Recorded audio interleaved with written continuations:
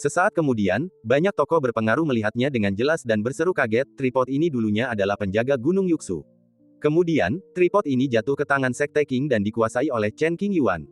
Chen Qingyuan, anak ini luar biasa. Dia datang ke sini melintasi lautan batas. Dia pasti punya tujuan. Tangkap dia, dia punya cara untuk masuk ke istana kekaisaran. Ya, Chen Qingyuan kenal orang di istana kekaisaran dan bisa mengabaikan batasan penghalang. Jika kita menangkap Chen Qingyuan, kita pasti akan menemukan cara untuk memasuki istana kekaisaran. Di masa lalu, Chen Qingyuan selalu tinggal di Northern Wilderness, dan orang-orang kuat tidak berani melaksanakan satupun ide mereka. Saat ini, tanpa perlindungan Dekan Daoyi, para lelaki tua ini tak lagi merasa khawatir. Mereka semua menunjukkan mata serigala dan binatang buas yang menatap mangsanya, siap beraksi. Beberapa orang tak kuasa menahan diri dan melintasi jutaan mil lautan bintang untuk menghalangi jalan Chen Qingyuan. Mereka menekan dengan satu telapak tangan, bergerak cepat dan tanpa ragu. Menghadapi intersepsi yang tiba-tiba, Chen Qingyuan tetap tenang. Kuali hitam kuno itu meletus dengan kekuatan dahsyat yang menjulang tinggi. Kilatan cahaya hijau melindungi Chen Qingyuan, lalu kekuatan kuali itu pun terlepas, bagaikan banjir yang tak terbendung. Ledakan. Kekuatan kuali hitam itu berbenturan dengan kekuatan telapak tangan orang yang menghalangi jalan, merobek retakan puluhan ribu mil di tengahnya. Ledakannya sangat dahsyat dan mengguncang bumi. Berani sekali kau datang ke istana kekaisaran sendirian. Semua orang memandang Chen Qingyuan dengan penuh minat. Pergi. Seorang lelaki kuat lainnya mengambil tindakan. Ia melambaikan tangannya dan melemparkan senjata suci tingkat tinggi miliknya. Begitu kuatnya senjata itu langsung menekan kepala Chen Qingyuan. Menanggapi hal ini, Chen Qingyuan tetap tenang. Ia berbalik dan pergi ke belakang, mengendalikan tripod hitam dengan satu tangan. Berdengung, meskipun kuali hitam itu penuh retakan, kekuatannya yang mendominasi tak bisa diremehkan. Dengan getaran, raungan dahsyat merobek hutan belantara, sepenuhnya menetralkan kekuatan yang menyerang Chen Qingyuan. Tripod kuno yang mengerikan. Ini benar-benar bukan benda biasa. Banyak orang melihat kekuatan meletus dari kuali hitam dan mulai iri padanya. Saya ingin melihat seberapa besar tekanan yang dapat ditahan benda ini. Seorang lelaki tua yang bersembunyi dalam kegelapan menyeringai dengan mulut penuh gigi hitam dan tatapan dingin di matanya. Sambil bergumam pada dirinya sendiri, lelaki tua taring hitam itu mengangkat tangannya, dan hukum jembatan ilahi muncul dari tubuhnya, dan sasarannya jelas-jelas adalah Chen Qingyuan. Menghadapi kekuatan jembatan ilahi, kuali hitam yang rusak parah agak kesulitan. Chen Qingyuan tetap tenang dan mengendarai tripod hitam menuju istana kekaisaran. Ketika kekuatan hukum jembatan ilahi hendak melonjak, Chen Qingyuan melirik ke kedalaman istana kekaisaran. Di ujung istana kekaisaran, ada lonceng kuno yang tergantung. Salah satu senjata Kaisar Taiwei, lonceng perunggu kuno, pernah menekan langit dan dunia, dan banyak sekali orang terkemuka yang sujud kepadanya. Tatapan mata Chen Qingyuan menyebabkan lonceng perunggu kuno itu bergetar. Ada sedikit getaran dan bel berbunyi. Dentang, suaranya terdengar lemah, tetapi mengandung kekuatan dahsyat, mampu menjangkau telinga setiap orang dan ke dalam jiwa mereka. Siapapun yang mendengar lonceng itu bergetar jiwanya. Benih-benih ketakutan berakar di hati mereka dan tumbuh dengan cepat, menjalar ke seluruh tubuh mereka, membuat mereka gemetar dan ingin bersujud. Kekuatan jembatan dewa yang menekan kepala Chen Qingyuan tiba-tiba lenyap, seolah-olah tidak terjadi apa-apa. Pahlawan yang tak terhitung jumlahnya menoleh dan melihat ke arah istana kekaisaran.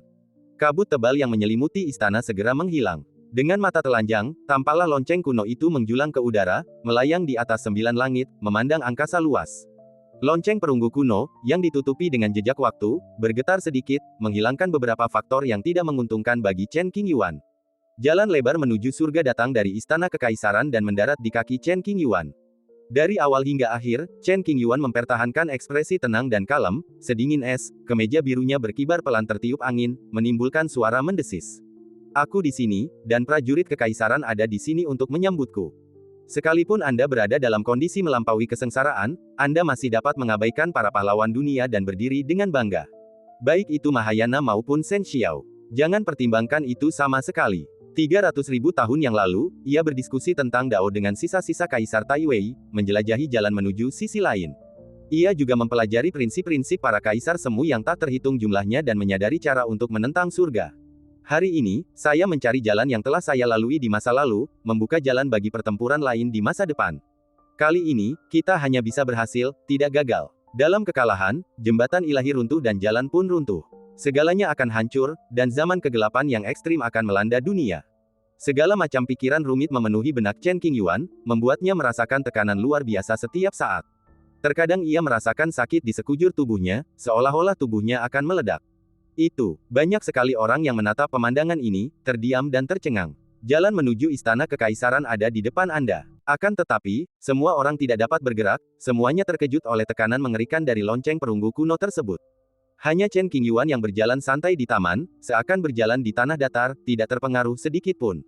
Siapa dia? Melihat Chen Qingyuan memulai perjalanan dan secara bertahap mendekati istana kekaisaran, semua orang tercengang. Banyak sekali orang berkuasa yang telah mengerahkan segenap tenaga dan upaya, namun tidak mampu menggoyahkan kekuatan penghalang istana kekaisaran.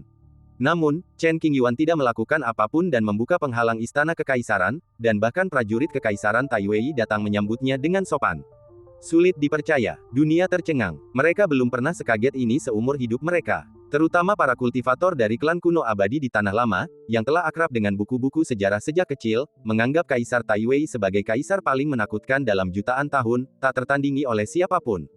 Bahkan jejak yang rusak dari pola kekaisaran Kaisar Taiwei merupakan harta yang paling berharga di dunia dan tak ternilai harganya. Belum lagi senjata kekaisaran kelahiran Kaisar Taiwei. Tidak mungkin, tidak mungkin. Ratusan ribu biksu klan kuno menyaksikan pemandangan ini dengan linglung, mengulangi satu kalimat, mereka tidak dapat menerimanya. Mereka telah memuja Kaisar kuno Taiwei sepanjang hidup mereka, yang agung, perkasa, dan sangat mulia. Bahkan kaisar leluhurnya sendiri tidak memiliki kekuatan sepersepuluh dari Kaisar Taiwei kuno. Ini bukan berlebihan, tetapi catatan yang jelas dalam buku-buku kuno. Berkat lonceng perunggu kuno, status Chen Qingyuan meningkat berkali-kali lipat. Sejak saat itu, tak seorang pun berani menganggap Chen Qingyuan sebagai junior berbakat lagi, tetapi sebagai eksistensi mengerikan yang sangat misterius.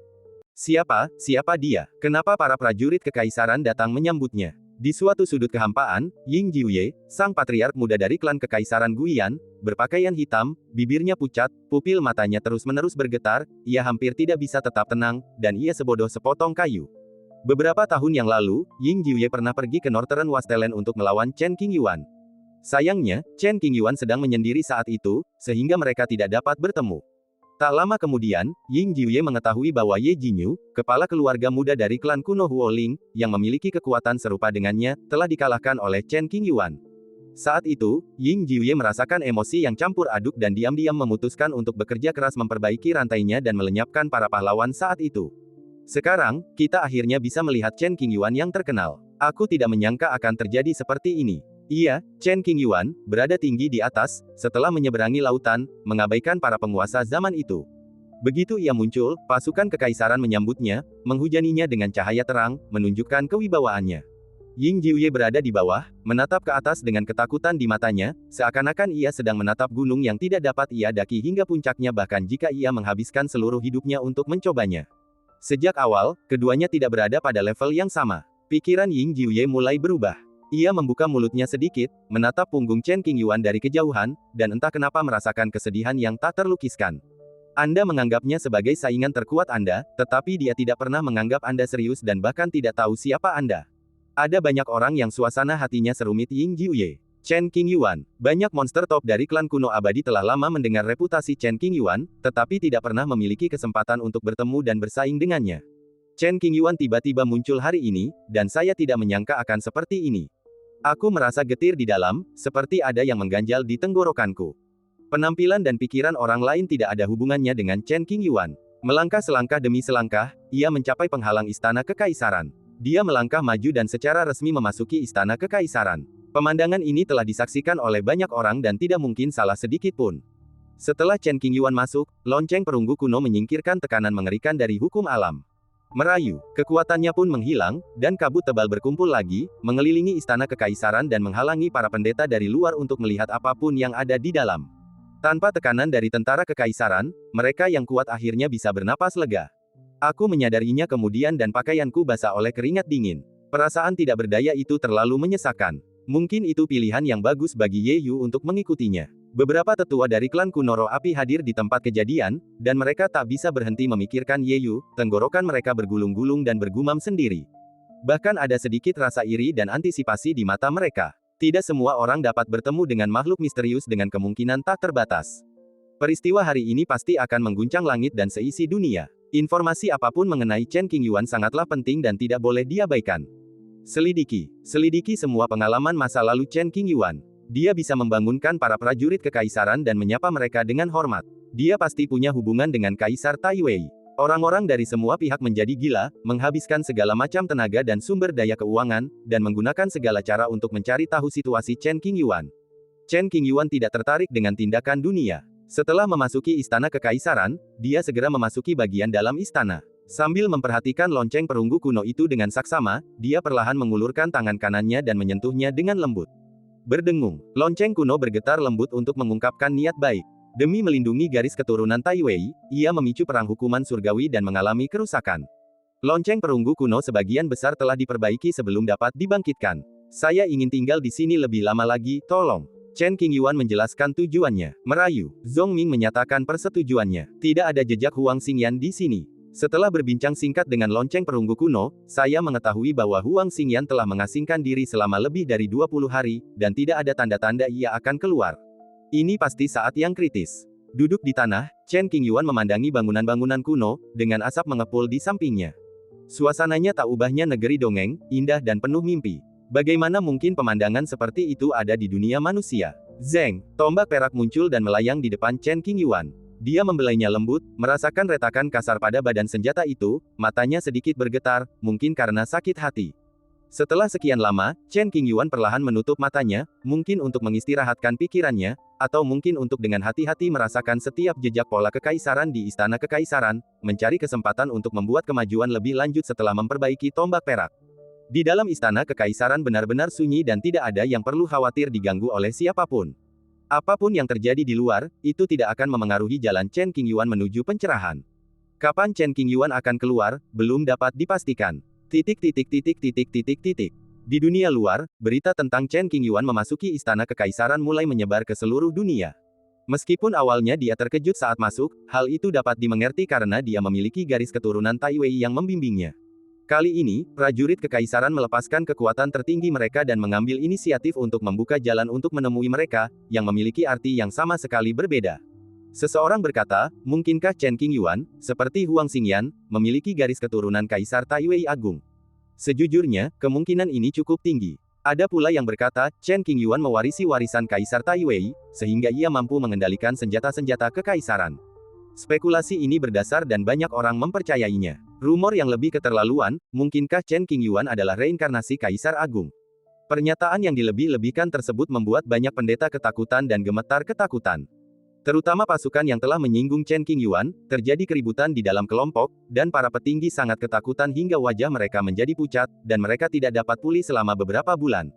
Tidak mungkin, kakakku sangat hebat. Beberapa hari kemudian, di sudut Northern Wilderness. Ketika Ye Yu bertemu seseorang dari klan yang sama dan membicarakan hal ini, ia terkejut. Setelah itu, Ye Yu tampak bangga dan bangga. Seperti dugaanku, dialah bos pilihanku. Dia bukan orang biasa. Klan tidak akan keberatan dengan pilihanmu. Kau tetap anggota klan Roh Api Kuno. Minta saja apapun yang kau butuhkan, dan kami akan berusaha sebaik mungkin untuk memuaskanmu. Seorang tetua dari klan Roh Api Kuno membuat sebuah janji. Ye Yu merenung cukup lama. Kebangkitan klan kuno sudah diketahui banyak orang. Ye Yu sudah membayangkan situasi seperti itu, tetapi ia tidak menyangka akan terjadi secepat ini. Fondasiku telah rusak, jadi klan harus memberiku kompensasi. Ya, tanpa berkata apa-apa, tetua itu memberi Ye Yu beberapa cincin sumi dan berkata, kalau masih kurang, bicarakan nanti saja. Terima kasih, tetua ke-6. Ye Yu memeriksa isi cincin itu, matanya berbinar, dan dia segera berterima kasih padanya.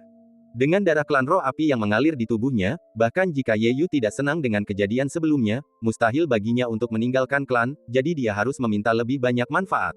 Orang-orang ini tinggal di Qingzhou. Ketika Ye Yu kehabisan batu roh, ia akan mengambil misi sekte untuk mendapatkan beberapa batu roh, yang sangat sederhana. Ia sering dipelajari oleh dokter hantu, dan fondasinya yang rusak diharapkan pulih, yang tidak akan membutuhkan banyak orang. Baru setelah mengalami kemiskinan kami menyadari betapa berharganya sumber daya tersebut. Teh ini sungguh enak. Hubungan antara Ye Yu dan klan Roh Api telah jauh lebih baik. Sesekali, ia bisa duduk dan minum teh bersama pemimpin klan muda, Ye Jincheng. Perlakuan yang ia terima benar-benar berbeda dari sebelumnya. Seberapa banyak yang kamu ketahui tentang Chen Qingyuan? Ye Jincheng bagaikan seorang sarjana dengan temperamen yang elegan. Aku tidak begitu mengerti. Ye Yu meletakkan cangkir tehnya dan menjawab dengan serius, ketika aku dikalahkan olehnya, demi menjadikanku pengikutnya, dia memukuliku beberapa kali sehari sampai aku yakin. Kenangan yang tak tertahankan itu terukir dalam di lubuk jiwa Ye Yu. Ye Yu tahu bahwa dia telah menceritakan segalanya tentang Qingzhou, akademi pertama, dibuang, Del. Ini bukan rahasia, Anda dapat mengetahuinya dengan sedikit penyelidikan. Karena sang patriark muda bertanya, sebaiknya aku menjawab dan membantunya. Oh, diputusin. Ketika Ye Jincheng mendengar ini, ekspresinya sedikit berubah dan dia menjadi salah satu penonton. Oh, ngomong-ngomong soal ini, ada yang aneh. Konon, bosnya dulu tidak punya bakat yang tinggi, tapi karena dia pergi ke area terlarang di Northern Wasteland, dia mengalami perubahan drastis setelah kembali. Kata Ye Yu, aku tahu, tempat itu bernama Tianyuan. Ye Jincheng menyipitkan matanya sedikit, hatinya terasa berat. Setelah mencari tahu tentang klan kuno abadi dan banyak orang kuat, mereka mengunci pandangan mereka pada Tianyuan dan mengemukakan beberapa ide matang. Banyak orang berspekulasi bahwa kebangkitan Chen Qingyuan mungkin terkait dengan Tianyuan. Merupakan dugaan yang berani bahwa warisan Kaisar Taiwei terletak di Tianyuan. Beberapa orang berkuasa memiliki pikiran yang liar dan jantung mereka berdebar kencang, tidak mampu menahannya. Di berbagai dunia, ada banyak sekali wilayah yang dianggap terlarang oleh orang Jepang. Tianyuan, yang terletak di wilayah bintang terpencil di Northern Wasteland, hampir tidak menarik minat. Kali ini, banyak orang kuat yang melakukan penyelidikan besar-besaran terhadap masa lalu Chen Qingyuan, dan akhirnya mengunci sumbernya pada Tianyuan. Untuk sesaat, daerah terpencil di hutan belantara utara itu mulai menjadi ramai. Dikatakan bahwa mereka yang memasuki jurang surga akan terhindar dari kematian. Di luar Tianyuan, ribuan kultivator muncul. Mereka semua memiliki aura yang luar biasa dan berpakaian aneh. Mereka bukan penduduk setempat. Itu karena tempat ini terpencil, dan mereka yang masuk sebelumnya semuanya orang berpangkat rendah, jadi tidak perlu khawatir. Banyak praktisi Mahayana yang mengaku diri sendiri tidak menganggap serius Tianyuan. Menurut mereka, area terlarang di sudut tertentu hanya akan menimbulkan ancaman bagi praktisi yang sedang mengalami kesengsaraan. Menurut informasi yang dapat dipercaya, bakat Chen Qingyuan diyakini meningkat setelah memasuki Tianyuan, yang menyebabkan popularitasnya meroket pesat dan tak tertandingi oleh rekan-rekannya. Setelah menemukan ini, banyak orang harus berpikir secara mendalam. Tianyuan pasti terkait erat dengan kebangkitan Chen Qingyuan. Jika kita dapat menyelidiki Tianyuan secara menyeluruh, kita mungkin dapat memperoleh keberuntungan yang menakjubkan. Mereka menebak satu hal dengan benar, Chen Qingyuan memang terhubung dengan Tianyuan. Namun, mereka salah, dan mereka akan membayar mahal nantinya. Siapapun yang melangkah ke jurang itu berada dalam bahaya besar yaitu kematian. Orang-orang kuat dari berbagai pasukan percaya bahwa tingginya korban jiwa disebabkan oleh fakta bahwa para pendeta di area terlarang terlalu lemah. Tanpa mereka sadari, yang terjadi justru sebaliknya. Justru karena kekuatan mereka yang lemah, mereka tidak dapat mencapai inti zona terlarang Tianyuan. Hukum kekacauan biasa saja sudah cukup untuk memaksa para kultivator biasa melarikan diri. Jika seseorang kuat dan berani bertindak gegabah, ia akan menyentuh hukum peperangan kuno yang mengerikan, dan konsekuensinya akan sulit diperkirakan. Dari pengamatanku, tempat ini sepertinya tidak normal. Kita tidak boleh bertindak gegabah. Lelaki tua itu, yang kekuatannya telah mencapai puncak Mahayana dan bahkan menyentuh ranah jembatan ilahi, menatap dalam-dalam ke tanah terlarang Tianyuan yang diselimuti kabut aneh. Ia merasakan ketakutan yang tak terjelaskan yang muncul tak terkendali dan hatinya menegang. Kirim seseorang untuk memeriksanya terlebih dahulu. Orang tua itu tidak berani mengambil risiko, tetapi ia ingin tahu apa yang terjadi di dalam Tianyuan. Jadi, ia tidak punya pilihan selain memerintahkan generasi mudanya untuk menjelajahi jalan itu tanpa mengambil risiko sendiri. Aku lebih baik mati daripada membiarkan temanku mati. Aku akan menunggu dan melihat apa yang terjadi. Pergilah. Aku akan di sini untuk melindungimu, jadi jangan khawatir. Para leluhur masing-masing sekte membodohi generasi muda mereka dengan cara ini, dengan wajah serius dan suara keras. Ya, bagaimana mungkin sekelompok tetua sekte dalam yang berada di puncak kesengsaraan atau tahap awal Mahayana berani menentang perintah leluhur dan menuruti perintah tersebut dengan rendah hati? Lagi pula, di mata orang-orang ini, area terbatas yang kecil di tempat yang kumuh tidak perlu mendapat kewaspadaan tinggi, jadi pasti tidak terlalu berbahaya. Dengan cara ini, ratusan orang melangkah ke Tianyuan. Kabut tebal yang aneh itu tidak dapat dihilangkan oleh kekuatan misterius atau harta karun suci. Tubuhnya dalam kabut, dan kesadarannya tidak dapat bergerak. Jangkauan yang terlihat dengan mata telanjang tidak lebih dari 10 kaki. Tidak bisa melihat, tidak bisa mendengar. Perlahan-lahan, rasa takut yang tak terlukiskan mulai tumbuh dari lubuk hati setiap orang, dan tumbuh dengan kecepatan yang sangat cepat, menyebar ke seluruh tubuh. Setelah melewati kabut ini, kita seharusnya bisa memasuki abis. Banyak orang yang berpikiran seperti ini, untuk menyemangati diri sendiri. Semua orang mencoba menghubungi leluhur, tetapi tak satu pun berhasil. Belum lagi berkomunikasi dengan orang-orang di luar, bahkan para sahabat yang datang bersama mereka pun kehilangan kontak dan terpaksa berjuang sendirian. Mereka berjalan berdampingan saat pertama kali masuk, tetapi sekarang mereka berpisah secara misterius. Tempat ini terlalu aneh, menyebabkan semakin banyak orang merasa panik dan gelisah. Ledakan. Setelah sekitar satu batang dupa, seorang kultivator kuat di tahap awal Mahayana secara tidak sengaja menyentuh setitik hukum kacau yang tersembunyi di balik kabut tebal. Ia tak sempat bereaksi dan tubuhnya meledak, hancur berkeping-keping menjadi kabut darah. Jeritan yang dipenuhi ketakutan tak berujung. Jiwa itu berlarian, mencoba melarikan diri dari tempat neraka ini. Namun, hukum jurang yang aneh membuat jiwa sang kultivator merasa putus asa. Dalam kepanikan, kekuatan tak dikenal lainnya menyerang dan memusnahkannya sepenuhnya. Seiring berjalannya waktu, kelompok itu secara bertahap mendekati pintu masuk Tianyuan. Mereka yang beruntung sejauh ini tidak menemui masalah dan telah mencapai pinggiran Tianyuan. Mereka yang kurang beruntung bahkan tidak meninggalkan tubuh yang lengkap. Lari, ada teror besar yang bersembunyi di sini. Seorang biksu Mahayana meraung ketakutan sebelum ia meninggal. Sayangnya, tidak seorang pun dapat mendengar suaranya. Ah! Jeritan mulai terdengar di area luar Tianyuan, dan mayat-mayat bergelimpangan di ruang yang kacau. Sesekali, hukum-hukum aneh akan menyerang dan memotong-motong mayat-mayat itu.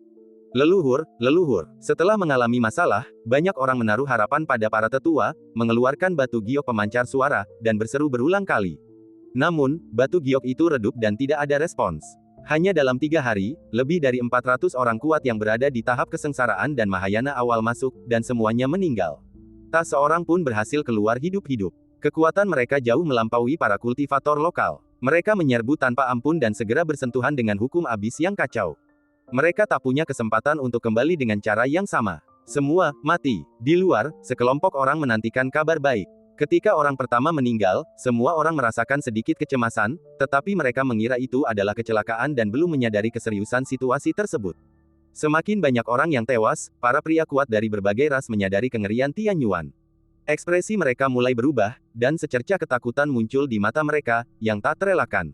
Kok bisa? Para orang kuat dari berbagai sekte yang berdiri di dekat daerah terlarang Tianyuan tidak percaya dan tidak dapat menerima hasil seperti itu. Ketika kamu meminta informasi, bukankah mereka mengatakan bahwa siapapun yang melangkah ke jurang itu akan berada dalam bahaya kematian? Mengapa situasi yang sebenarnya begitu mengerikan? Ini bukan masalah 1 hidup dan mati, melainkan masalah 10 kematian. Sebenarnya ini bukan salah para kultivator lokal, tetapi orang-orang kuat dari berbagai sekte terlalu cepat bertindak. Saat mereka menyadari ada sesuatu yang salah, semuanya sudah terlambat dan mereka tidak dapat menemukan jalan keluar. Mendeguk, bahkan leluhur sekuat jembatan ilahi tidak dapat menahan rasa gemetar di hatinya saat bersembunyi dalam kegelapan. Sejak saat itu, tidak seorang pun berani menganggap Tianyuan sebagai tempat kumuh. Tanah yang penuh teror. Seorang lelaki tua, yang asli, muncul secara langsung. Kemudian, ia mengeluarkan senjata sucinya dan menyerang Tianyuan dengan sekuat tenaga. Kekuatan dahsyat senjata suci itu membentang ke angkasa, mengejutkan semua orang kuat hingga tampak gugup dan sedikit gemetar. Namun, hantaman dahsyat itu tidak mampu membubarkan kabut tebal di luar jurang, bahkan tak tampak sedikit pun kepulan asap. Kawasan terlarang kuno, dilarang masuk. Setelah banyak upaya, orang-orang kuat itu sampai pada suatu kesimpulan dan menganggap Tianyuan sebagai salah satu tempat paling menakutkan di dunia. Bagaimana Chen Qingyuan bisa keluar hidup-hidup saat itu? Tiba-tiba, semua orang memikirkan pertanyaan ini, dan mereka semakin merasa bahwa Chen Qingyuan bukanlah orang yang sederhana. Seluruh tubuhnya tampak tertutupi selubung, dan dia sangat misterius. Kematian sekelompok orang membuat para penguasa berbagai ras terbangun. Jurang surga tidak dapat dimasuki, jika Anda melakukannya, Anda akan mati. Belum lagi para kultivator Mahayana, bahkan mereka yang berada di alam jembatan ilahi akan menderita kekalahan pahit jika mereka melangkah ke dalamnya. Setelah perang kuno, sesosok iblis jatuh ke lautan kekacauan, membentuk jurang iblis. Hal ini membuat orang-orang di generasi selanjutnya sangat ketakutan dan tidak tahu bagaimana menyelesaikannya. Dan di dalam jurang surga, ada mayat seorang kaisar. Mengapa mayat-mayat kaisar ini begitu tenang dan belum berdampak apapun pada makhluk-makhluk di dunia? Betapapun kacaunya hukum, mereka tidak bisa meninggalkan Tianyuan. Semua itu gara-gara satu orang yang berpakaian merah, menanggung siksaan selama 300.000 tahun, dan menyatu dengan jurang surga. Kehadirannya cukup untuk menekan mayat kaisar dan mencegahnya memasuki dunia manusia. Selama dia masih hidup, dunia tidak akan kacau. Namun dia juga memenjarakan dirinya sendiri di dalam, dan tidak pernah bisa keluar. Bagaimana gadis berbaju merah bisa menyembunyikan fakta bahwa ada orang luar yang ikut campur dalam masalah ini? Dia berdiri di puncak gunung tandus, pakaiannya semerah darah, wajahnya ditutupi kerudung, dia berdiri tanpa alas kaki, matanya seperti bintang. Apakah kau akan menyalahkanku? Dia memandang ke kejauhan, sangat ingin keluar dari sangkar ini dan tinggal bersama orang itu, gumamnya dalam hati. Dalam kehidupan ini, jiwa Chen Qingyuan telah sepenuhnya berubah, tetapi gadis berbaju merah telah mengubah kepribadiannya secara paksa. Ia tidak lagi kesepian dan dingin seperti sebelumnya, dan memiliki emosi yang kompleks. Dia takut dimarahi Chen Qingyuan saat bertemu dengannya lagi. Dia memiliki motif egois dan hanya ingin mempertahankan tempat yang tak tergantikan di hati Chen Qingyuan. Waktu sedang berubah. Gadis berbaju merah tidak menganggap serius kekacauan jurang iblis, karena dia tahu dalam hatinya bahwa jurang iblis akan teratasi cepat atau lambat, dan hal yang paling merepotkan adalah jalan menuju jembatan ilahi di sisi lain. Di era ini, dia adalah eksistensi yang tak terkalahkan. Setelah lebih dari 300.000 tahun akumulasi, kekuatannya telah melampaui jangkauan kemampuan alam. Dalam waktu paling lama 100 tahun, perjalanan era baru akan sepenuhnya dimulai. Gadis berbaju merah menghitung beberapa kali dan sampai pada suatu kesimpulan. Hanya 100 tahun, berlalu dalam sekejap mata. Dunia menjadi semakin bergejolak. Istana Kekaisaran wilayah selatan telah mengumpulkan orang-orang kuat yang tak terhitung jumlahnya, semuanya berharap untuk mendobrak penghalang dan memperjuangkan ciptaan tertinggi di dalam Istana Kekaisaran. Di Tianyuan, hutan belantara utara, orang-orang kuat sering muncul. Mereka sangat ingin memahami wilayah terlarang Tianyuan, tetapi karena rasa takut yang muncul dari lubuk hati mereka, mereka tidak berani melangkah maju dan sangat berhati-hati. Dunia kuno dan tanah tua negara kekaisaran adalah tempat harapan bagi banyak kultivator untuk mengubah nasib mereka. Mereka berjuang demi kesempatan yang tak terduga, dan darah mengalir deras. Saudara saling membunuh, ayah dan anak saling bermusuhan. Mungkin itu pengaruh hukum jurang iblis, atau mungkin itu hanya sifat manusia. Perbatasan barat dan tanah timur tidak semarak. Paling-paling, beberapa reruntuhan kuno tiba-tiba muncul, menarik banyak orang kuat untuk datang dan menjelajah. Harta ini milikku, tak seorang pun dapat mengambilnya. Di suatu tempat rahasia, seorang biksu yang baru saja melewati masa kesengsaraan berlumuran darah, mayat-mayat berserakan di kakinya, meraung sekuat tenaga. Menghadapi musuh yang berdatangan dari segala arah, ia menolak menyerahkan harta karun di tangannya, mati-matian berusaha mendapatkannya dan mengukir jalan berdarah. 7 orang jenius dari klan Yuchang kuno bertempur melawan murid-murid Buddha di Gunung Beiding di timur dan kalah telak. Di timur, suku-suku kuno tidak akan diizinkan menindas rakyat. Demi memperebutkan harta karun yang berharga, pertempuran brutal terjadi di sini. Ribuan kultivator di alam fusion dan alam penyeberangan kesengsaraan tewas. Yang paling malang adalah manusia yang tinggal di daerah ini.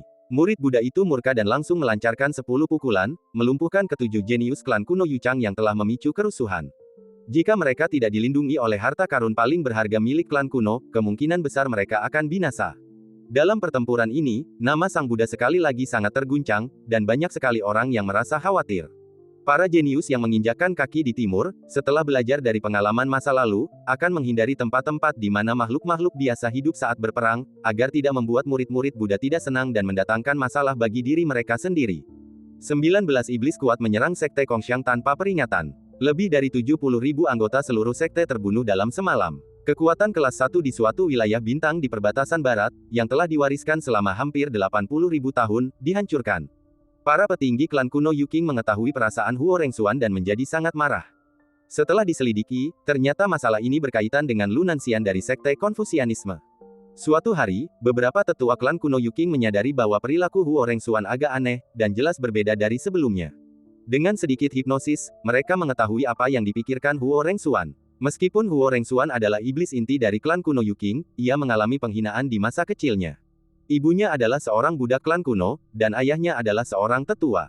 Mereka secara tidak sengaja menikah dan hamil. Ibunya meninggal saat melahirkannya, dan ibunya menganggapnya aib. Ia dijebloskan ke kamp budak di usia muda, di mana ia menjalani kehidupan yang lebih buruk daripada kematian. Huo Rengsuan mengandalkan usahanya sendiri, mempelajari semuanya sendiri, memulai jalur latihan spiritual, dan selangkah demi selangkah menyingkirkan statusnya sebagai budak dan mencapai posisi yang lebih tinggi. Satu-satunya keyakinannya dalam hidup adalah mengendalikan kekuasaan dan membunuh orang. Apakah kamu sadar akan identitasmu? Di suatu tempat, seorang tetua klan Yuking kuno memelototi Huo Rengsuan dan memarahinya. Jelas, orang tua tidak perlu mengingatkanku. Huo Rengsuan memasang ekspresi dingin di wajahnya, dan sangat tidak senang dengan penggunaan metode rahasia oleh tetua itu untuk menghipnotisnya dan menanyakan pikiran batinnya. Kau adalah kuali leluhur. Jangan lupakan ini. Saat kau mencapai tingkat Mahayana, leluhur akan menjanjikan sebuah permintaan kepadamu. Kau harus mendedikasikan segalanya untuk membantu leluhur menembus belenggu dan melangkah maju. Sang penatua menekankan. Di masa mudanya, Huo Rengsuan menunjukkan performa yang sangat baik.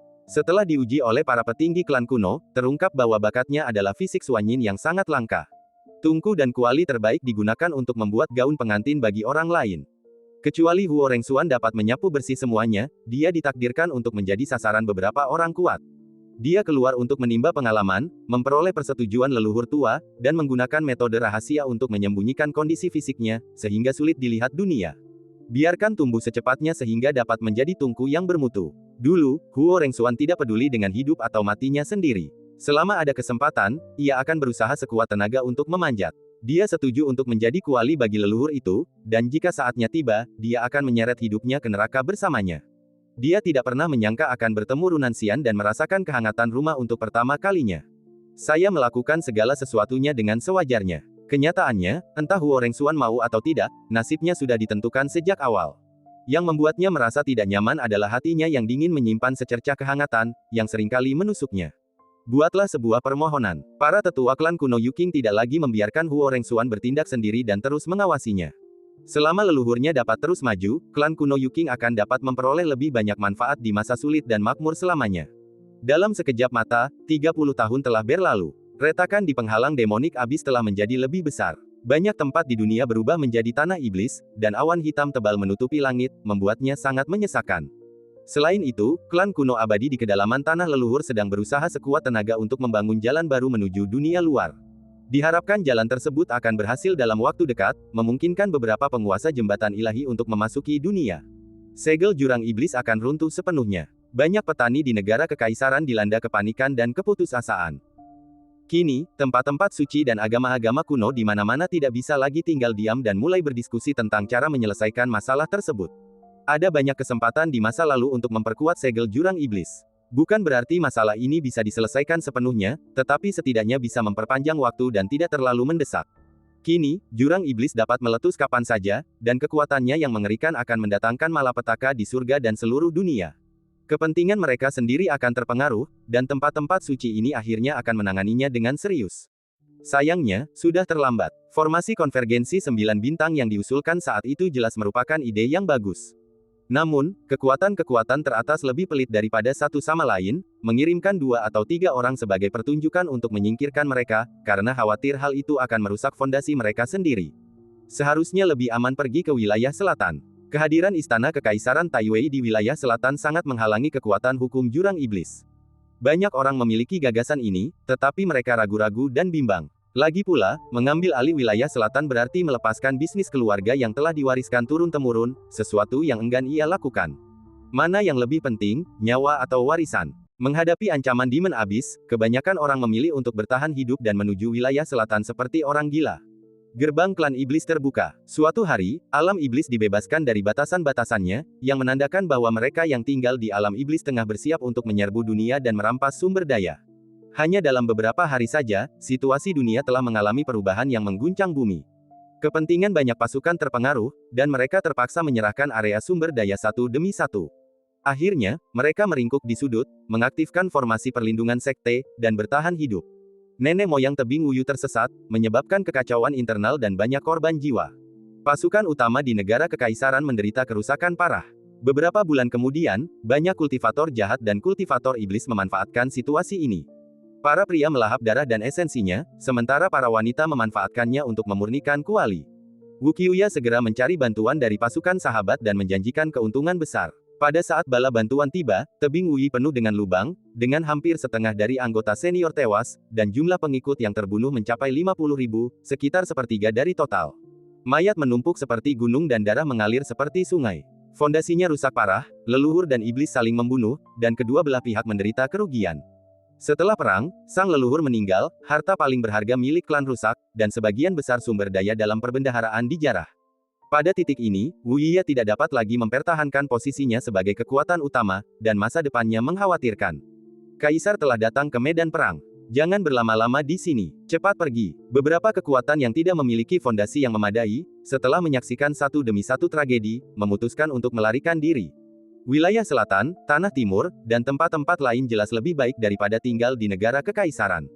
Setidaknya, ada tempat berlindung, dan jika mereka bisa bertahan sedikit, mereka akan bisa menjaga hidup mereka tetap aman. Mengapa para leluhur semua suku tidak maju untuk menyelesaikan masalah ini? Semua makhluk hidup di dunia percaya bahwa jika langit runtuh, akan ada orang tinggi yang menopangnya. Keadaan telah berkembang sampai titik ini, dan Shen Xiao Zunzu tidak terlihat berkumpul bersama untuk mengatasi kekacauan di Demon Abyss. Mereka tidak menyadari bahwa sebagian besar anggota jembatan dewa tidak hanya tidak berniat menyelesaikan masalah, tetapi juga berharap dunia akan semakin kacau. Hanya dengan datangnya era baru, kemungkinan tak terbatas akan terbuka. Jika waktunya tepat, manfaatkan kesempatan itu, perjuangkan keberuntungan, dan raih puncak. Orang-orang tua di alam Kunlun hanya melindungi wilayah sumber daya yang menjadi milik mereka, dan tidak peduli dengan kehidupan orang lain. Mengapa? Pada saat ini, di alam Kunlun yang diselimuti kabut peri, sebuah istana jauh di dalam tanah, bertatahkan warna hitam dan emas, memancarkan keagungan tertinggi.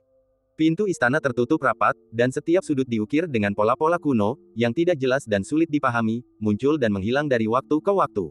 Tips, ada fungsi seperti, beralih antara bahasa Mandarin sederhana dan tradisional, sesuaikan ukuran font, dan, warna latar belakang bacaan, di sudut kanan atas halaman. Di luar pintu berdiri seorang pria muda berjubah polos, tangannya terkepal dan wajahnya serius.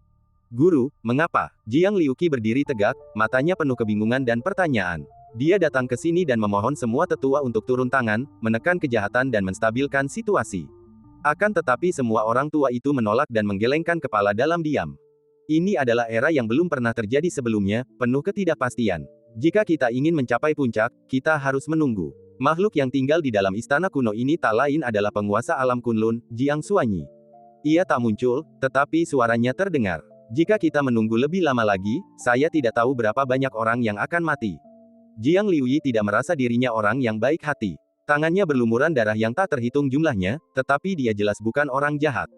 Dia masih punya prinsip. Jiang Liuqi benar-benar tidak dapat memahami perilaku mentornya. Setiap makhluk hidup di dunia ini pada akhirnya akan mati, ini hanya masalah waktu.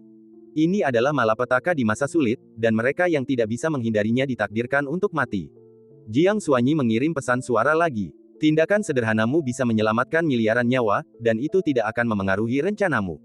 Kenapa kau hanya berpangku tangan dan membiarkan situasi menjadi lebih serius? Jiang Liuqi bertanya, ada begitu banyak semut di alam semesta. Berapapun jumlah orang yang mati, itu tidak masalah. Jiang Xuanyi sama sekali tidak menganggap serius dunia. Ia memandang dunia dari sudut pandangnya sendiri, tinggi dan perkasa, lalu berkata dengan acuh tak acuh, Liuyi, kau terlalu peduli dengan hal ini. Itu salah. Pikiranku berbeda dengan pikiran guru. Bagi sebagian besar makhluk di tingkat tinggi, nyawa manusia sangatlah murah, bahkan tak bernilai satu batu roh pun. Mereka menganggap diri mereka sebagai master catur, mampu mengendalikan jalannya alam semesta dan menentukan nasib semua orang. Kenyataannya, kekuatan waktu tak terkalahkan. Kita semua hanyalah setitik debu dan tak layak menjadi pemain catur. Mungkin, pada suatu masa, segelintir individu mampu mendominasi segalanya dan menaklukkan galaksi dan alam semesta. Untuk melakukannya, mereka harus sangat terkenal dan tak tertandingi dalam sejarah. Mungkin ada lebih dari satu pemimpin di era ini, tetapi apakah salah satu di antara mereka akan menduduki jabatan penguasa alam Kunlun atau tidak, hal itu sudah di luar diskusi. Masa depanmu menyimpan kemungkinan tak terbatas. Jangan biarkan hal-hal fana memengaruhi hati Taoismu. Jiang Xuanyi hanya tinggal setengah langkah lagi untuk mencapai langkah ke-8 jembatan ilahi, dan dia sangat bersemangat. Dia hanya membutuhkan kesempatan untuk menguasai dunia dan memperoleh peluang menjadi kaisar. Oleh karena itu, Jiang Xuanyi menolak muncul dan harus menunggu hingga kesempatan datang di masa-masa sulit untuk melepaskan diri dari belenggu dalam satu gerakan. Murid, saya mengerti. Tatapan mata Jiang Liu meredup, ia membungkuk, dan suaranya terdengar agak tak berdaya, murid, saya permisi dulu. Meskipun Jiang Liuqi dan gurunya mempunyai pemikiran yang berbeda, gurunya memperlakukannya dengan sangat baik dan dia tidak memendam kebencian apapun terhadapnya. Ia meninggalkan alam Kunlun tanpa menoleh ke belakang. Sambil mencari pengalaman, ia berusaha sebaik mungkin untuk membantu mereka yang tertimpa musibah. Meskipun kemampuannya terbatas, ia berusaha sebaik mungkin. Di sisi lain, di dalam reruntuhan kuno, pola-pola kuno terukir di kehampaan, tetapi tatanannya berantakan. Menatapnya dalam-dalam pasti akan menyebabkan jiwa jatuh, yang sangat berbahaya. Dekan dan Raja Tianyong menjelajahi reruntuhan dan setelah puluhan tahun kesulitan, mereka akhirnya keluar dengan selamat. Raut wajah gembira tampak di wajah mereka, sepertinya mereka telah memperoleh banyak hal. Dengan obat suci kuno ini, luka lamamu akan sembuh, kata Raja Tianyong sambil mengepalkan tangan. Terima kasih, Tuan, karena telah berbagi tanah berharga ini dengan saya dan membiarkan saya menjelajahi rahasianya. Cedera lama sang dekan, yang didapatnya saat ia dengan paksa menjelajahi jembatan ilahi dan menyentuh tempat terlarang, belum sembuh hingga hari ini. Kali ini, dengan pengobatan suci kuno, ada harapan untuk sembuh. Keduanya mendapatkan apa yang mereka inginkan, saling berbasa-basi, lalu berpisah. Setelah meninggalkan reruntuhan kuno, sang dekan segera menggunakan indera spiritualnya untuk mengetahui apa yang baru saja terjadi, dan alisnya berkerut. Segel Demon Abyss akan runtuh, sesuatu yang mengerikan tengah terjadi. Berdasarkan tren ini, segel tersebut runtuh hanya dalam beberapa lusin hari terakhir. Kita harus bergegas. Situasi yang menegangkan itu membuat sang dekan merasa amat tertekan. Kita harus pulih ke kondisi terbaik kita sesegera mungkin, jika tidak, bagaimana kita bisa menghadapi banjir dan melindungi Akademi Daoyi. Setelah memperoleh obat suci kuno, dekan merobek kehampaan dan kembali ke akademi dalam waktu sesingkat mungkin. Kemudian, ia menetapkan ratusan pembatasan dan mulai mundur. Kecuali wilayah selatan, sebagian besar tempat di dunia telah menjadi sangat kacau. Mayat terlihat di mana-mana, dan yang mengalir di pegunungan dan ladang bukanlah sungai jernih, melainkan darah. Angin dingin dan suram menderu-deru, dan orang-orang pun terlantar dan kehilangan tempat tinggal. Para setan dan monster jahat menyambut era karnaval mereka sendiri dengan membakar, membunuh, menjarah, dan melakukan segala jenis kejahatan. Beberapa iblis dan roh jahat yang kurang kuat secara khusus berkelana ke alam fana terpencil, membantai manusia tanpa ampun. Mereka menikmati sensasi pembantaian dan tertawa terbahak-bahak yang membuat manusia fana tak terhitung jumlahnya ketakutan. Pemandangan serupa terjadi pada bintang-bintang yang tak terhitung jumlahnya. Terlalu sedikit praktisi seperti murid-murid Buddha. Meskipun mereka berusaha sekuat tenaga melindungi satu pihak, mereka tidak mampu bertahan di tengah masa-masa sulit dan tidak mampu melindungi banyak pihak. Merayu, jurang iblis, yang terletak di laut kekacauan, tempat retakan disegel, meluas secara nyata. Kadang-kadang aura yang mengerikan akan meledak dari mulut jurang yang besar, membentang ke angkasa tak berujung dan menyapu surga dan seluruh alam. Tanah tua, dunia kecil yang istimewa di ujung. Setelah bertahun-tahun kegigihan, para leluhur klan kuno abadi bekerja sama untuk membangun jalur yang lebih stabil. Demi tujuan ini, setiap suku menghabiskan banyak sumber daya dan bahkan mengerahkan kekuatan tentara kekaisaran untuk melindungi suku tersebut. Biaya yang dikeluarkan pun tidak sedikit. Lagi pula, kekuatan hukum seperti senjata kekaisaran leluhur akan hilang begitu saja setelah seutasnya habis, dan tidak dapat dikompensasi oleh sumber daya seperti batu roh. Akan tetapi, mampu membuka jalan yang dapat menampung Divine Bridge Master membuat semua biaya ini benar-benar sepadan. Kesuksesan. Demi memastikan keamanan perjalanan, seseorang harus mengambil risiko. Jika ada kelalaian, hal tersebut dapat diperbaiki sesegera mungkin untuk menghindari celah yang lebih besar. Masing-masing klan kuno yang abadi mengirim seorang leluhur yang baru saja memasuki jembatan ilahi untuk mengundi secara bergilir. Dengan pengalaman mengatur perjalanan terakhir kali, kematian dua Divine Bridge Venerables kali ini telah menstabilkan perjalanan, dan seharusnya tidak ada kecelakaan besar.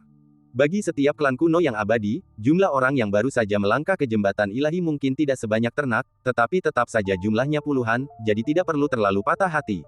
Karena hukum waktu di negeri kuno terlalu kuat, waktu yang dibutuhkan untuk membangun jalan sangat singkat, dan jalan itu tidak mampu menopang apapun selain jembatan ilahi yang panjangnya sekitar 30 cm. Satu langkah melintasi jembatan ilahi adalah batasnya. Merupakan pencapaian langka untuk dapat mencapai hal ini dalam lintasan yang panjangnya kurang dari 100 kaki. Lebih jauh lagi, bahkan jika lorong itu dapat menampung klan-klan kuno terkuat, mereka pasti tidak akan pergi saat ini. Fosil-fosil hidup ini memiliki gagasan yang sama dengan penguasa alam Kunlun, menunggu kesempatan sempurna untuk memasuki dunia dan meraih kekayaan. Ini belum merupakan kesempatan terbaik, sebaiknya kita menunggu sedikit lebih lama. Masuki dunia, sekelompok barang antik tua yang akan mati, dengan tubuh bungkuk, sedikit rambut tersisa, wajah keriput, tetapi mata mereka cerah dan bersemangat untuk mencoba. Mulai hari ini, para pemimpin sejati klan kuno abadi mulai memasuki dunia.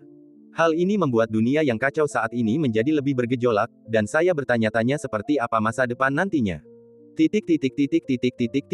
Wilayah Selatan, Istana Kekaisaran. Chen Qingyuan duduk selama lebih dari 30 hari, menutup matanya, dan memahami pola kekaisaran. Tombak perak yang melayang di depannya terkadang mengeluarkan suara dentingan kecil dan berputar perlahan. Cahaya yang mengalir menyinari badan senjata, dan awan warna-warni tampak seperti lukisan. Donglong, sebuah getaran mengganggu pikiran Chen Qingyuan. Huang Xingyan, yang telah mengasingkan diri selama bertahun-tahun, muncul. Huang Xingyan mengenakan jubah ungu muda, dan sedikit darah Tai Wei di tubuhnya telah menyatu dengannya.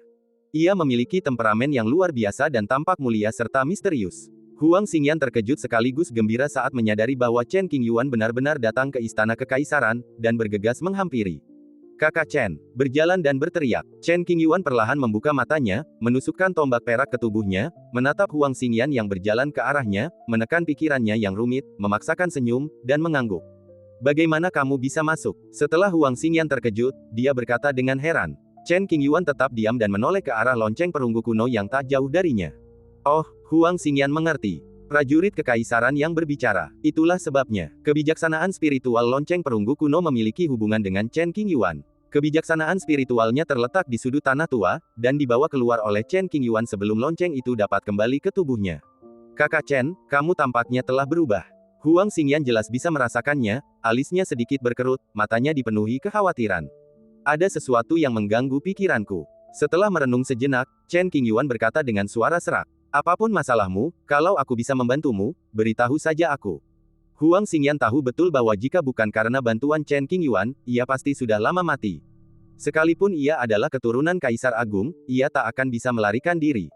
Kebaikan ini akan selalu kuingat di hatiku. Ya, Chen Qingyuan mengangguk pelan, berhemat dalam kata-katanya. Apakah Anda ingin minum teh dan duduk untuk mengobrol?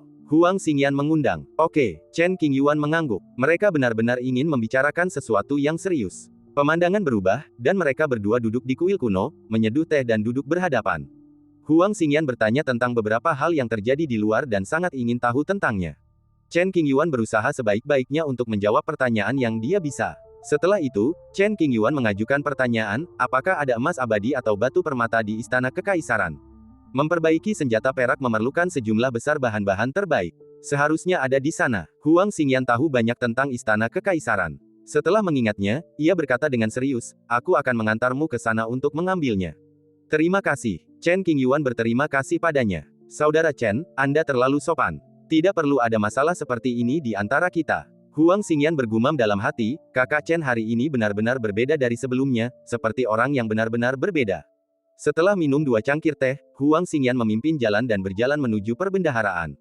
Meskipun barang-barang yang ditinggalkan Kaisar Taiwei hanya berupa serpihan, namun benda-benda itu merupakan harta yang tak ternilai bagi rakyat generasi berikutnya dan sulit didapat. Dengan bunyi, klang, Huang Xingyan menyingkirkan pembatasan di luar perbendaharaan. Adapun bagaimana Huang Xingyan mengetahui metode membuka dan menutup pintu di berbagai tempat di Istana Kekaisaran, itu adalah warisan dari esensi dan darah Kaisar Agung. Seiring ia perlahan-lahan mengintegrasikannya, hal itu akan menjadi jelas secara alami. Itu saja, sudah cukupkah kau melihatnya? Huang Xingyan membawa Chen Qingyuan ke sudut di sisi barat perbendaharaan, menunjuk bola cahaya yang melayang di udara, berbalik dan bertanya. Benda yang terbungkus dalam cahaya merah jambu itu merupakan material batu permata langka di dunia. Emas giok abadi, batu suci air mata surgawi, emas asal 9 warna. Chen Qingyuan mengenali setiap jenis batu permata, matanya terpaku, dan berbisik. Layak menjadi peninggalan Kaisar Taiwei. Sebongkah batu mulia seukuran telapak tangan pun dapat menyebabkan badai berdarah jika dilempar keluar, dan banyak orang akan mati. Batu-batu berharga ini adalah bahan inti untuk menempa senjata kekaisaran. Permata emas sumber yang tertinggal di sini kemungkinan besar merupakan sisa-sisa setelah Kaisar Taiwei menempa senjata kekaisaran. Cukup, Chen Qingyuan mengeluarkan sepertiganya, sekitar 100 kg. Ada lagi yang Anda butuhkan. Huang Xingyan berharap dapat membantu lebih banyak lagi, matanya tulus. Tidak, Chen Qingyuan menggelengkan kepalanya. Aku sudah mendapatkan cukup batu permata, jadi aku tidak perlu pergi ke Tianyuan untuk mencari bahan pemurnian untuk saat ini. Langkah selanjutnya adalah menemukan ahli pemurnian tombak perak yang terbaik. Setelah duduk di Istana Kekaisaran selama lebih dari 30 tahun, Chen Qingyuan telah memilah banyak hal dalam benaknya, dan bahkan memberikan sedikit sentuhan pola kekaisaran pada tombak perak tersebut. Jika ia memiliki kesempatan di masa depan, mungkin ia dapat membawa tombak perak tersebut ke tingkat yang lebih tinggi. Semua yang perlu dilakukan sudah selesai, saatnya untuk pergi. Saya lelah. Nada bicara Chen Qingyuan dingin. Aku akan segera pergi, dan kita akan bertemu lagi jika kita beruntung. Huang Xingyan telah berada di Istana Kekaisaran selama bertahun-tahun, tak pernah pergi. Ia punya firasat bahwa ia akan segera meninggalkan istana dan menuju tembok besar untuk bertempur dalam banyak pertempuran. Keduanya saling memandang, dan semuanya terucap tanpa kata-kata. Jika dia keluar seperti ini, Chen Qingyuan akan dikelilingi oleh sekelompok orang tua, yang terlalu berbahaya. Berjalan menuju kedalaman Istana Kekaisaran, Chen Qingyuan menatap lonceng perunggu kuno dan berkata lembut, kirim aku ke Laut Kekacauan. Kumohon, Istana Kekaisaran digantung di tepi wilayah selatan dan Laut Kekacauan untuk menahan kekuatan jurang iblis. Lonceng perunggu kuno hanya perlu menggunakan sedikit kekuatannya untuk memungkinkan Chen Qingyuan pergi dengan tenang tanpa diketahui oleh siapapun. Berdengung, bagaimana mungkin lonceng kuno itu menolak permintaan Chen Qingyuan? Lonceng itu bergetar sedikit, menandakan persetujuannya. Setengah jam kemudian, tidak ada tanda-tanda Chen Qingyuan di Istana Kekaisaran. Pada saat ini, dia berada di kedalaman Laut Kekacauan. Mengemudikan tripod hitam kuno, ia menyeberangi lautan batas dan menuju Fucheng. Fucheng adalah kota makmur yang dibangun oleh Raja Tianyong. Kota ini menjadi basis bagi banyak orang buangan yang mengembara di lautan batas, yang mendapatkan rasa aman darinya. Di Fucheng Jihai, ada master utama Lian Luo. Kuali hitam kuno, yang dulu hancur untuk melindungi Chen Qingyuan, dibentuk kembali oleh guru itu. Meskipun kuali hitam itu masih rusak parah dan belum mencapai puncaknya, kuali itu tidak akan mudah hancur. Orang-orang tua di luar istana kekaisaran pasti mengira Chen Qingyuan ada di dalam. Banyak bajingan tua memasang jaring ketat, menunggu Chen Qingyuan keluar dari istana kekaisaran, sehingga mereka bisa menangkapnya sesegera mungkin dan mengetahui rahasianya. Chen Qingyuan telah mengantisipasi kemungkinan ini dan diam-diam pergi dengan bantuan tentara kekaisaran. Setelah beberapa hari, kami tiba di Fucheng. Para penjaga gerbang kota menyadari fluktuasi aura yang tidak biasa dan segera bertanya. Ketika mereka melihat sosok manusia, mereka tanpa sadar mengambil posisi bertahan. WHO. Dari kejauhan, sesepuh di gerbang kota menggunakan sihir suara dan berteriak. Chen Qingyuan, dalam hal ini, Anda harus memperkenalkan diri Anda. Jika Anda dianggap musuh, mudah menimbulkan kesalahpahaman. Chen Yizi, di Fucheng, siapa yang tidak mengenal nama Chen Qingyuan? Kala itu, Raja Tianyong Susang, ahli pemurnian senjata Lin Yuan, dan Chen Qingyuan, semuanya 3 orang, menjadi saudara dengan nama keluarga berbeda dan memperlakukan satu sama lain sebagai teman sejawat. Peristiwa ini menimbulkan kegemparan besar dan menggemparkan banyak orang. Silakan masuk segera, Tuan. Setelah diamati lebih dekat, ternyata memang Chen Qingyuan. Para penjaga gerbang tidak berani membungkuk dan segera membuka penghalang untuk menyambutnya masuk. Mereka pun melaporkan kejadian tersebut kepada atasan mereka. Untuk sementara waktu, Fucheng sangat ramai. Banyak orang datang setelah mendengar berita itu, ingin melihat wajah Chen Qingyuan. Mengesampingkan fakta bahwa Chen Qingyuan dan Raja Tianyong menjadi saudara, insiden pasukan kekaisaran menyambut mereka beberapa dekade lalu sudah cukup mengejutkan semua orang dan membuat mereka sangat penasaran. Adapun keserakahannya, tidak ada seorang pun di kota yang berani menyerang Chen Qingyuan secara diam-diam. Bercanda, kan? Orang ini tamu kehormatan sang pangeran. Kalau satu koin saja jatuh, seluruh kota Fucheng pasti akan hancur. Halo, Zi. Sepanjang perjalanan, Chen Qingyuan menjalani perjalanan dengan lancar, dan setiap orang yang ditemuinya harus membungkuk dan memberi hormat kepadanya dengan penuh hormat. Mendengar adik laki-lakinya datang, pemurni senjata Lin Yuan meletakkan semua urusan sepele di tangannya, mendorong pintu terbuka, dan berjalan cepat. Kak Chen, sudah bertahun-tahun aku tak bertemu denganmu. Aku sangat merindukanmu. Lin Yuan berambut panjang dan berwajah tua. Ia mengenakan kemeja kain bertambal. Ia tidak peduli dengan hal-hal eksternal dan menjalani hidup sederhana. Kakak Lin, loteng-loteng di sekitarnya berkilauan dengan emas dan giok, beberapa menggantung di udara, yang lainnya dekat dengan tanah. Chen Qingyuan membungkuk dan berbicara tanpa ekspresi. Sama-sama, Lin Yuan sangat merindukan Chen Qingyuan. Lagi pula, sulit menemukan orang yang sepemikiran dengannya di dunia ini. Ayo masuk dan bicara. Kemudian, Lin Yuan meminta semua penjaga dan pelayan di sekitarnya untuk mundur, dan secara pribadi memimpin Chen Qingyuan ke aula yang elegan. Beberapa hari yang lalu, Raja Tianyong dan Dekan Daoyi keluar dari sebuah relik kuno dengan hasil panen yang melimpah.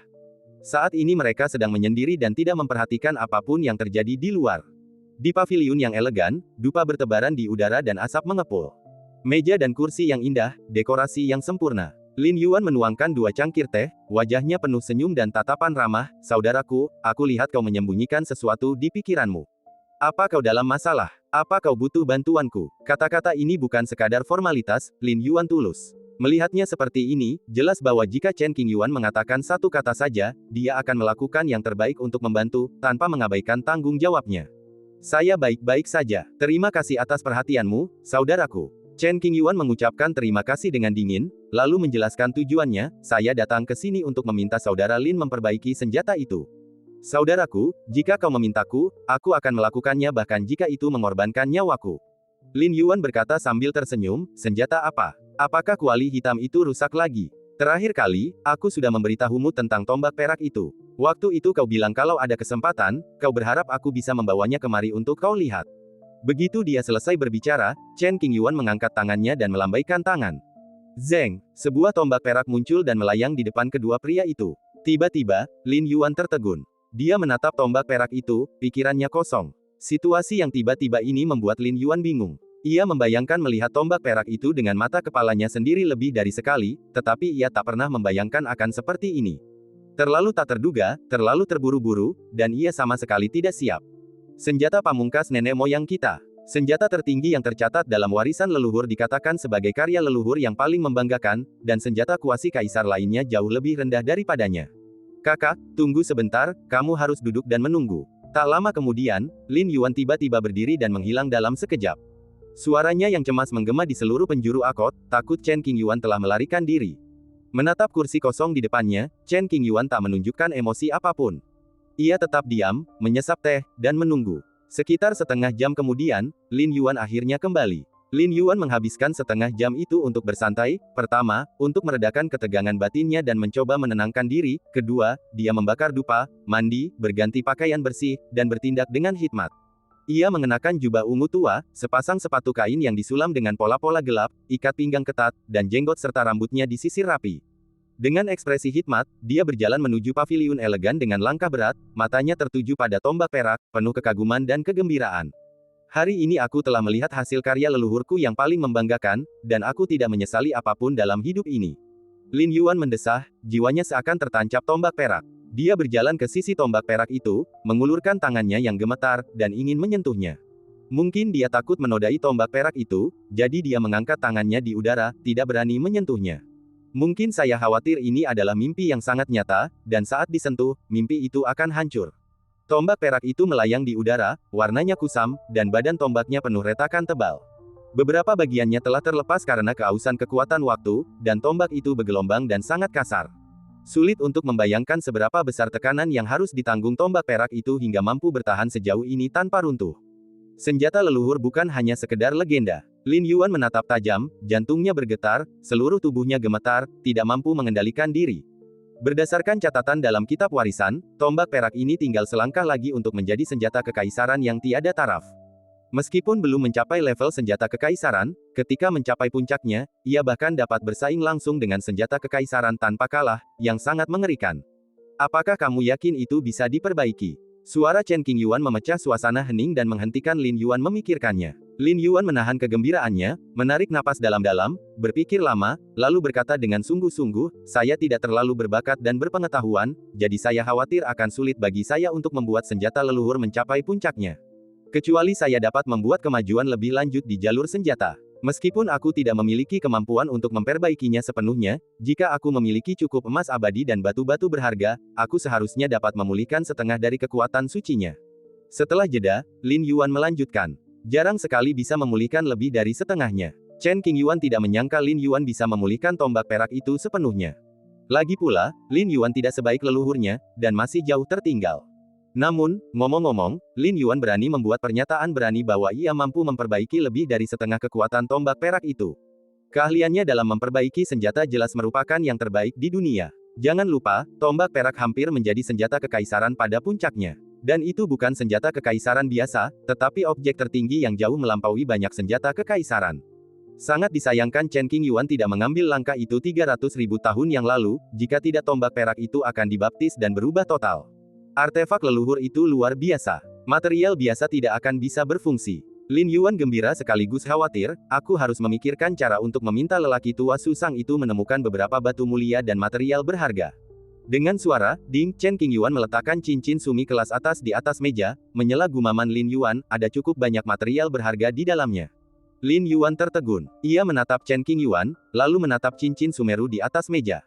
Bukannya Lin Yuan tidak percaya pada saudara-saudaranya, hanya saja bahan-bahan berharga yang dibutuhkan untuk memperbaiki artefak leluhur itu langka di dunia, dan beberapa di antaranya bahkan merupakan bahan-bahan tertinggi yang dibutuhkan untuk menempa senjata kekaisaran.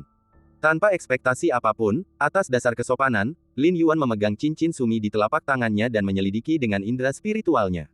Ledakan. Sebelum dia menatapnya, tidak ada perubahan besar pada ekspresinya. Namun, ketika dia melihatnya, Lin Yuan benar-benar tercengang. Mungkinkah batu yang memancarkan 9 warna itu adalah batu sumber 9 warna yang disebutkan dalam buku-buku kuno? Batu yang menyerupai air mata, berwarna biru nila, bening seperti kristal, inilah. Batu suci air mata surgawi. Ini semua adalah batu permata tertinggi untuk menempa senjata kekaisaran. Lin Yuan begitu ketakutan hingga seluruh tubuhnya gemetar dan dia hampir tidak dapat menahan diri. Sepanjang hidupnya, paling-paling ia hanya pernah melihat batu mulia, itu pun seukuran kuku jari. Lagi pula, hal-hal seperti itu hanya bisa ditemukan secara kebetulan, dan semuanya bergantung pada takdir. Batu permata sebesar kuku jari yang diperoleh Dang Yu digunakan untuk membangun kota yang penuh berkah ini, yang menjadi fondasi inti suatu sudut dan tidak dapat dihancurkan. Sekilas, beratnya lebih dari 100 kilogram. Nilainya tak terukur. Tidaklah berlebihan jika dikatakan bahwa sekalipun pasukan utama dijual, mereka tidak akan mampu membelinya. Kakak Chen, kamu, di mana kamu mendapatkannya? Lin Yuan bertanya dengan suara gemetar. Untungnya, dia mengenal dirinya sendiri dengan baik dan tidak memendam pikiran tamak, tetapi hanya ingin tahu. Istana Kekaisaran. Chen Qingyuan menghargai kata-kata seperti emas. Setelah mendengar jawaban ini, Lin Yuan tiba-tiba mengerti. Ya, kudengar saudara Chen memasuki Istana Kekaisaran Taiwei di wilayah selatan puluhan tahun yang lalu, mengundang pasukan kekaisaran untuk menyambutnya dan mengguncang langit. Dengan keberuntungan luar biasa saudara Chen, mendapatkan batu-batu mulia tertinggi ini seharusnya tidak sulit. Saudaraku, keberuntunganmu sungguh tak tertandingi. Lin Yuan mendesah, merasakan cincin Sumeru di tangannya sangat berat, membuatnya sulit bernapas. Kecuali tombak dan tripod ini, semuanya ada di tangan saudaraku. Sambil berbicara, Chen Qingyuan merentangkan tangan kirinya, dan sebuah tripod hitam seukuran telapak tangan muncul dan mendarat di atas meja seperti mainan kecil. Dengan begitu banyak batu permata, itu lebih dari cukup untuk memperbaiki dua harta karun. Untuk dapat melakukan itu, prasyaratnya adalah Lin Yuan harus memiliki energi dan kemampuan. Saudaraku, aku tidak akan pernah mengecewakanmu. Hati Lin Yuan dipenuhi emosi, dan dia membuat janji itu dengan ekspresi yang sangat serius. Dalam proses memperbaiki senjata leluhur, Lin Yuan dapat memahami alam senjata yang lebih tinggi. Gunakan kesempatan ini untuk maju ke tingkat berikutnya.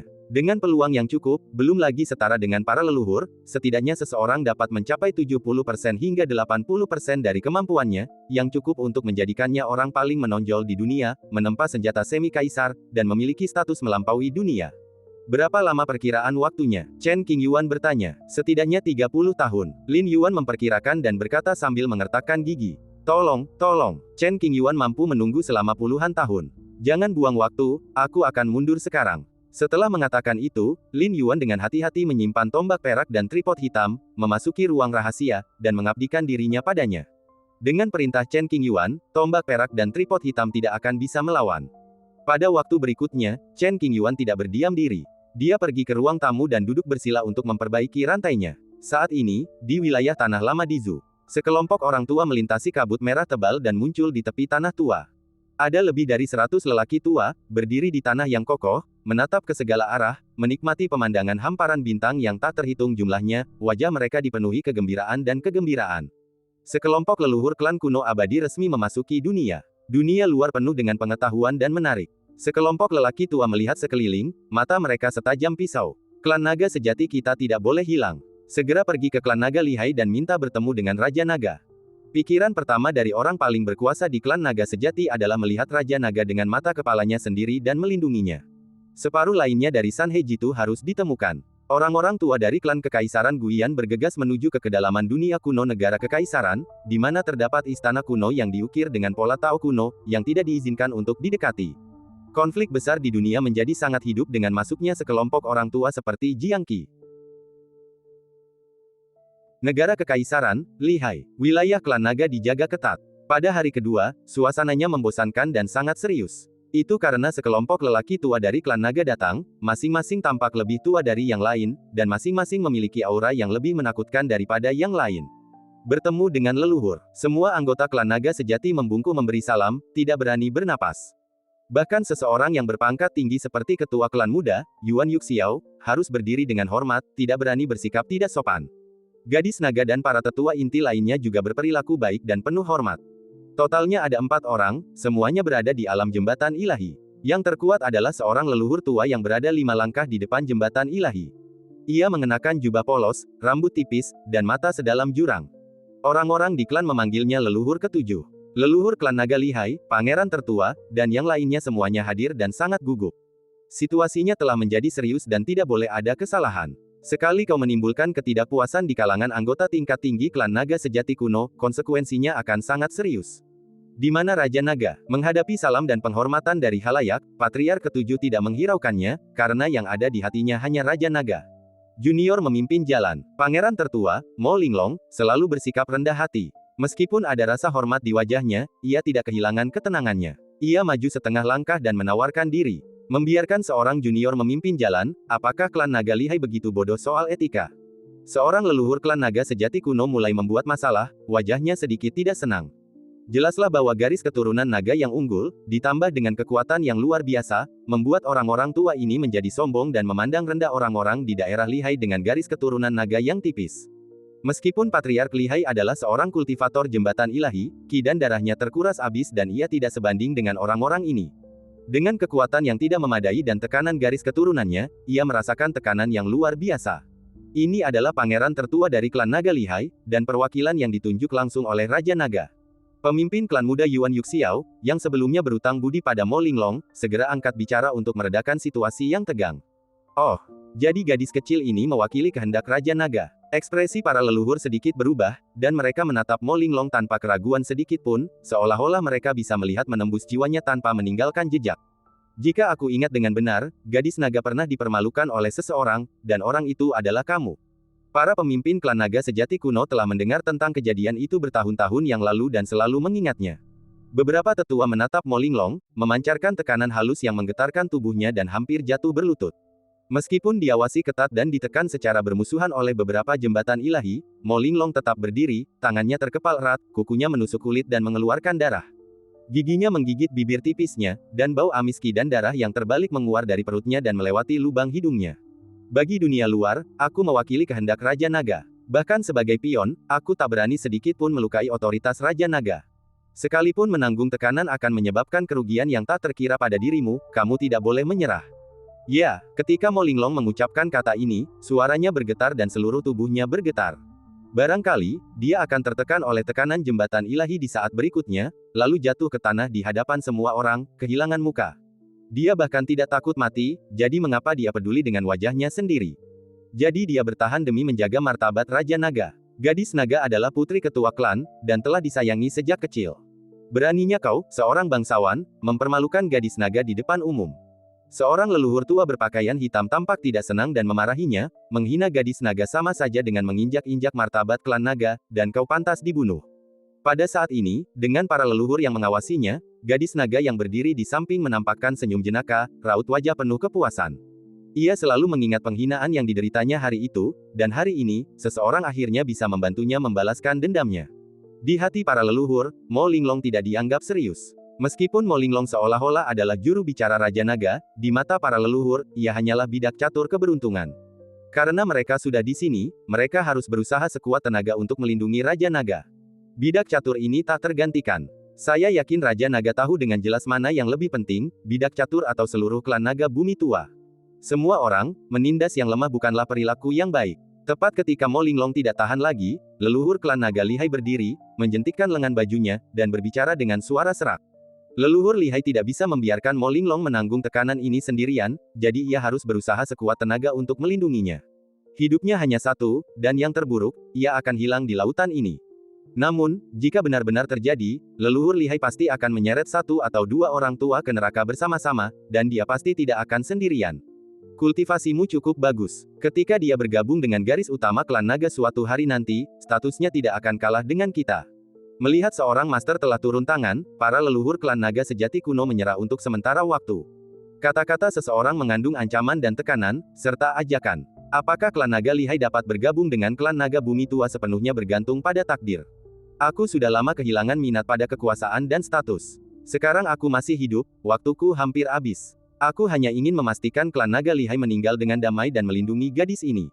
Kekuatan Patriark Lihai memang terbatas, tetapi bahkan dengan nyawanya, tidak sulit untuk menggerogoti beberapa lapis daging lawannya.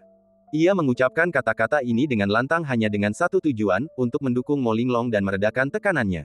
Tuan Naga adalah yang terpenting. Para leluhur, kumohon jangan terlalu mempermasalahkan hal ini. Pada saat ini, pemimpin klan muda Yuan Yuxiao juga berbicara. Tuan muda berbicara, dan para leluhur hendaknya mendengarkan sedikit saja. Selain itu, sikap leluhur Lihai sangat keras sehingga tidak dapat diabaikan. Kita bicarakan gadis naga nanti. Yang terpenting sekarang adalah bertemu Raja Naga. Leluhur ketujuh, yang tetap diam, akhirnya berbicara. Leluhur ketujuh tidak menghentikan adegan tadi, yang berarti dia menurutinya. Jika situasinya tampak agak aneh, Anda sebaiknya berbicara untuk menengahi dan hindari membuat situasi menjadi terlalu canggung. Yang senior, silakan. Mo Linglong batuk seteguk darah kental dan menyekanya dengan tenang, membuat lengan bajunya merah. Kemudian, ia meminta semua orang untuk minggir dan menunjuk ke arah yang mengarah ke bagian dalam istana, mengulurkan tangannya untuk memberi salam, tidak rendah hati maupun sombong. Melihat ini, pandangan aneh melintas di mata leluhur ketujuh dan yang lainnya. Sungguh luar biasa bisa tetap tenang dan kalem di tengah tekanan seperti ini. Di atas segalanya, mentalitas seperti ini jauh lebih unggul daripada mentalitas anak muda, bahkan banyak orang tua pun tak mampu menandinginya. Setelah beberapa saat terkejut, dia hampir ditekan oleh para leluhur. Tidak peduli seberapa tinggi karaktermu, jika bakatmu sedikit kurang, kamu tidak akan bisa mencapai ketinggian yang hebat di masa depan, jadi jangan terlalu khawatir tentang hal itu. Dadada. Setelah episode kecil, semua orang meninggalkan istana klan naga. Sambil memimpin jalan, Mo Linglong meminum beberapa pil untuk segera menenangkan auranya yang kacau dan mengendalikan luka-luka dalamnya, agar tidak terlihat malu dan tetap mempertahankan sikap mulianya semampunya. Saat ini, Lao Hei sedang tidur. Bukan salahnya kalau dia malas, tapi dia tertidur tanpa sengaja. Setiap kali terbangun dari tidurnya, Lao Hei merasa kekuatannya sedikit meningkat, dan dia secara bertahap mendekati penghalang jembatan ilahi. Saat Anda tidur nyenyak, tubuh Anda secara naluriah akan menghasilkan lapisan cahaya biru untuk melindungi Anda dari suara-suara luar, sehingga Anda dapat tertidur dengan tenang. Terkadang, saya tidur berbulan-bulan. Terkadang, saya tidur berjam-jam. Tidak ada waktu yang pasti dan tidak ada pola sama sekali. Ketuk, ketuk, ketuk. Terdengar ketukan pelan di pintu. Lao Hei tidak mendengar apa-apa. Ia berbaring di atas kasur es yang dingin dan tertidur lelap. Tuan Long mungkin perlu istirahat. Kita perlu menunggu sebentar. Mengetuk pintu tak membuahkan hasil, memanggil pun tak ada gunanya. Mo Linglong menduga bahwa Long Jun sedang tidur, berbalik dan berjalan di depan semua orang dan mengatakan yang sebenarnya.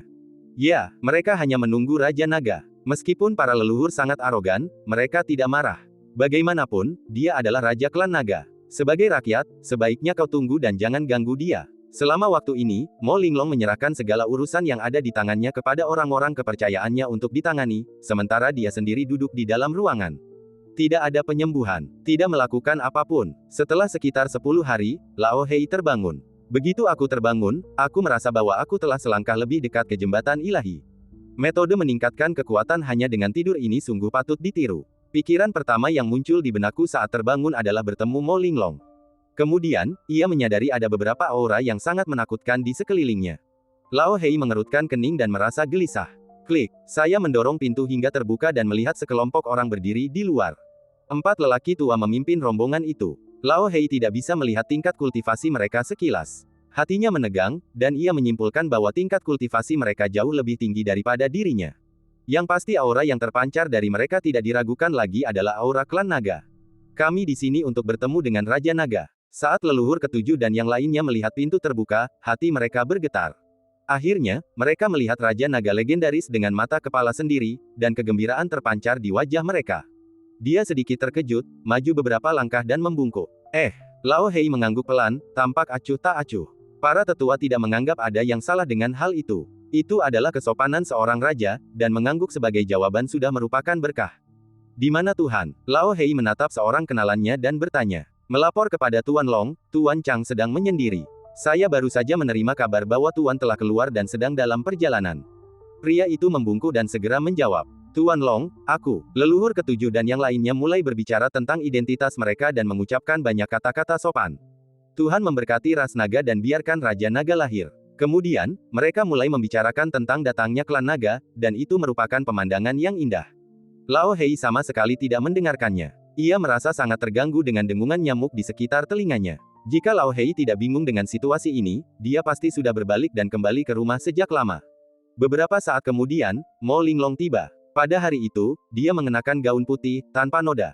Sebelum datang, dia telah bersiap untuk hal terburuk. Para leluhur klan naga datang sendiri dan menyebutkan masalah gadis naga. Dengan kemampuan raja tingkat tinggi untuk mengendalikan bawahannya, dia kemungkinan besar akan menyerahkan pionnya untuk meredakan ketidakpuasan anggota klan naga tingkat tinggi dan memanfaatkan kesempatan ini untuk mengendalikan seluruh kekuatan inti klan naga.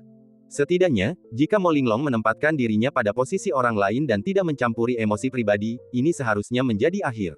Selama bertahun-tahun, aturan klan suku naga lihai dan serangkaian strategi reformasi telah memungkinkan suku tersebut berkembang ke arah yang lebih makmur. Mo Linglong juga meninggalkan beberapa langkah penanggulangan untuk potensi gesekan dan solusi yang mungkin timbul ketika bergabung dengan suku naga bumi lama. Semua bidak catur sudah habis, dan saatnya untuk mengakhiri. Pada hari-hari ketika saya minum teh dan mengobrol dengan Long Jun, mungkin Long Jun sengaja melepaskan triknya untuk menebus dirinya dan membuat dirinya lebih bersedia bekerja keras. Tak masalah, meski itu hanya urusan biasa dari Raja Naga, itu tetap kenangan yang sangat indah.